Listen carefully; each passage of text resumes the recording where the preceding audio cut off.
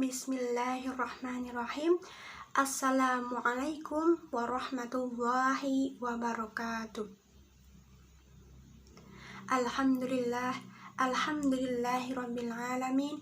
Nahmaduhu wa nasta'inu wa nastaghfiruhu wa na'udzubillahi min syururi anfusina wa min sayyiati a'malina. May yahdihillahu fala mudhillalah wa may yudhlilhu fala hadiyalah.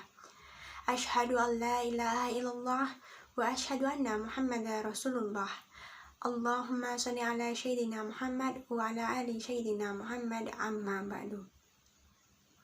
Sebagai hamba Allah yang beriman, marilah kita panjatkan puji dan syukur kehadirat Allah Subhanahu wa Ta'ala yang telah memberikan kita kesehatan dan keselamatan sehingga kita dapat berkumpul dalam acara yang mulia ini. Tak lupa sholawat serta salam selalu kita haturkan kepada baginda kita, Habibana wa Nabiyana wa Maulana Muhammad sallallahu alaihi wasallam. Semoga kita termasuk hamba yang mendapatkan syafaat di yaumil kiamah kelak. Amin, amin, ya rabbal alamin. Izinkanlah saya, Nurul Arsita, menyampaikan sedikit materi terkait zakat pertanian. Hadirin yang dimuliakan oleh Allah, kita tinggal di negara Republik Indonesia, yang mana negara Indonesia ini dijuluki sebagai negara agraris, yang mana mayoritas penduduknya adalah petani atau pekebun, sehingga mempunyai banyak lahan pertanian dan hasil pertanian yang melimpah. Salah satu kewajiban umat muslim adalah membayar zakat.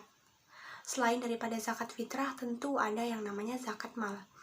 Zakat hasil pertanian merupakan salah satu jenis dari zakat mal. Objeknya itu meliputi hasil tumbuh-tumbuhan atau tanaman yang bernilai ekonomis, seperti biji-bijian, umbi-umbian, sayur-mayur, buah-buahan, tanaman hias, rumput-rumputan, dan dedaunan. Hasil pertanian wajib dikenai zakat. Tujuannya apa? Tentu untuk membersihkan atau mensucikan harta yang telah dititipkan oleh Allah kepada kita. A'udzubillahi minasyaitonirrajim. Bismillahirrahmanirrahim.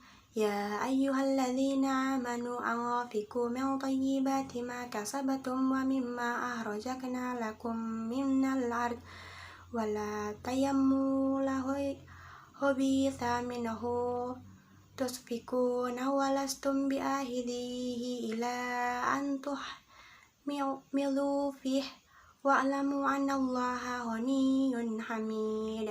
Yang artinya, hai orang-orang yang beriman, nafkahkanlah di jalan Allah sebagian dari hasil usahamu yang baik-baik dan sebagian dari apa yang kami keluarkan dari bumi untuk kamu. Quran Surat Al-Baqarah 267.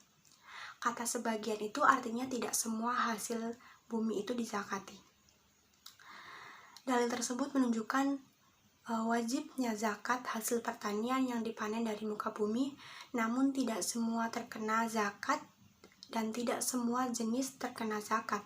Akan tetapi yang dikenai zakat adalah jenis tertentu dengan kadar tertentu.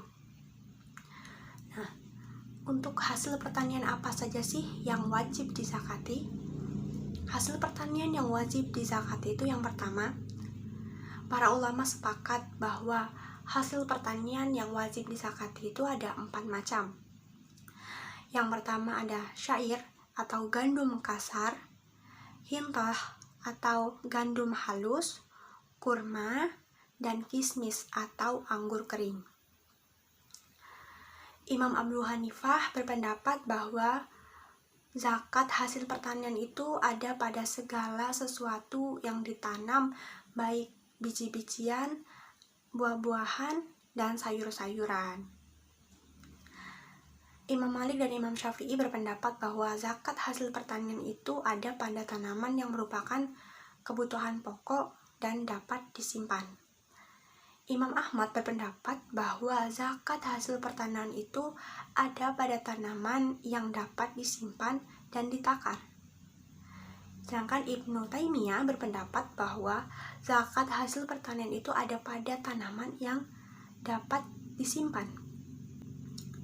Nah, beberapa pendapat ini menguatkan bahwa zakat pertanian ini sangatlah wajib bagi para petani atau pekebun.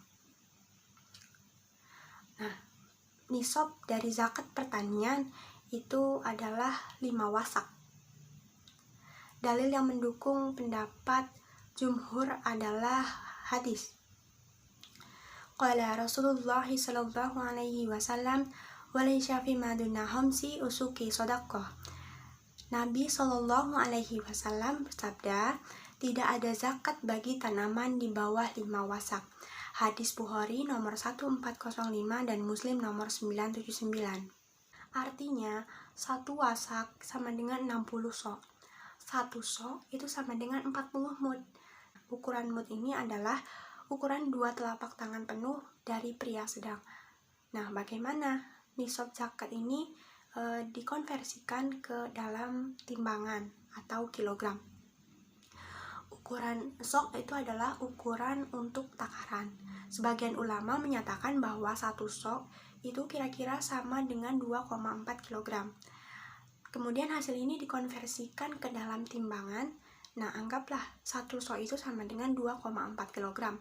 Maka nisab zakat tanaman itu 5 wasak dikali 60 sok atau wasak dikali 2,4 kg. Jadi totalnya tuh 720 kg.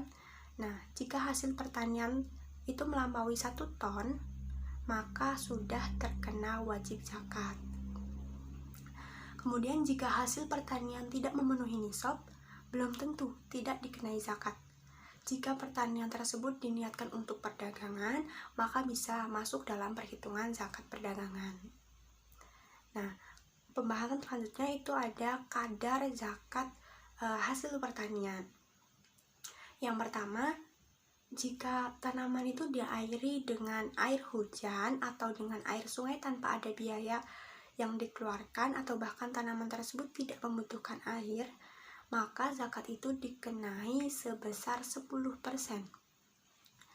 Kemudian yang kedua, jika tanaman itu memerlukan biaya atau pengairan, misalnya untuk menarik air dari sumbernya seperti itu, dikenai zakat sebesar 5%.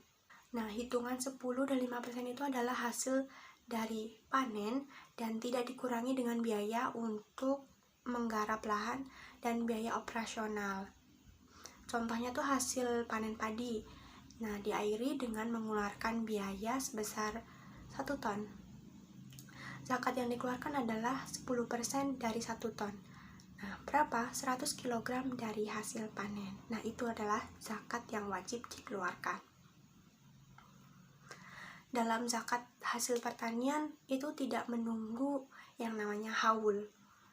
Nah, setiap kali panen, petani itu wajib mengeluarkan zakat. Nah, kemudian untuk zakat buah-buahan itu dikeluarkan setelah diperkirakan beberapa takaran jika buah tersebut menjadi kering. Selanjutnya, bagaimana cara menghitung zakat pertanian? Cara perhitungan zakat pertanian itu, saya misalkan Bapak Alan itu mempunyai lahan pertanian 2 hektar, dia memiliki sawah tersebut milik pribadi dan ditanami padi. Kemudian pemeliharaannya yang mengeluarkan biaya sebesar 5 juta. Kemudian hasil panen tersebut sebanyak 10 ton beras. Nah, berapa sih zakat hasil pertanian yang harus dikeluarkan Bapak Alan? Nah, caranya itu kita menentukan zakat hasil taninya. Nisabnya itu 653 kg. Kemudian beras tarifnya itu 5% waktunya ketika menghasilkan panen. Jadi zakatnya itu tinggal hasil panen tuh 10 ton atau sama dengan 10 kg itu sudah melebihi nisab dan dikali 5%, artinya 500 kg zakat yang wajib dikeluarkan Bapak Alan. Nah, Jika harga jual beras itu 10.000, maka 10.000 kilogram itu dikali 10.000, maka 100 juta. 100 juta dikali 5%, maka hasilnya 5 juta. Nah, zakat yang dikeluarkan dari 500 kg beras itu sama dengan 5 juta rupiah. Nah, zakat hasil pertanian selain padi itu atau hasil kebun diantaranya adalah durian, mangga, duku, cengkeh, kelapa, jeruk, dan lain-lain. Atau orang itu biasa menyebutnya perkebunan. Nah, nisab dari zakat perkebunan itu juga senilai dengan 653 kg beras. Nah, dibayarkan juga sama ketika panen sebesar 5%. Ketentuannya tetap sama dengan zakat pertanian. Baiklah, demikian ceramah yang dapat saya sampaikan pada kesempatan ini. Semoga bermanfaat bagi kita semua dan dapat diaplikasikan dalam kehidupan sehari-hari. Lebih dan kurangnya saya mohon maaf, dan kepada Allah saya mohon ampun. Yang benar datangnya atas bimbingan Allah Subhanahu wa Ta'ala, dan yang salah, hilaf atau keliru itu adalah datangnya dari saya pribadi sebagai manusia biasa yang tidak pernah luput dari salah, hilaf, dan dosa. Akhirul kalam, subhanakallah wa bihamdika asyhadu alla ilaha anta astaghfiruka wa atubu ilaik. Wallahul muwaffiq ila aqwamit thoriq. Wassalamualaikum warahmatullahi wabarakatuh.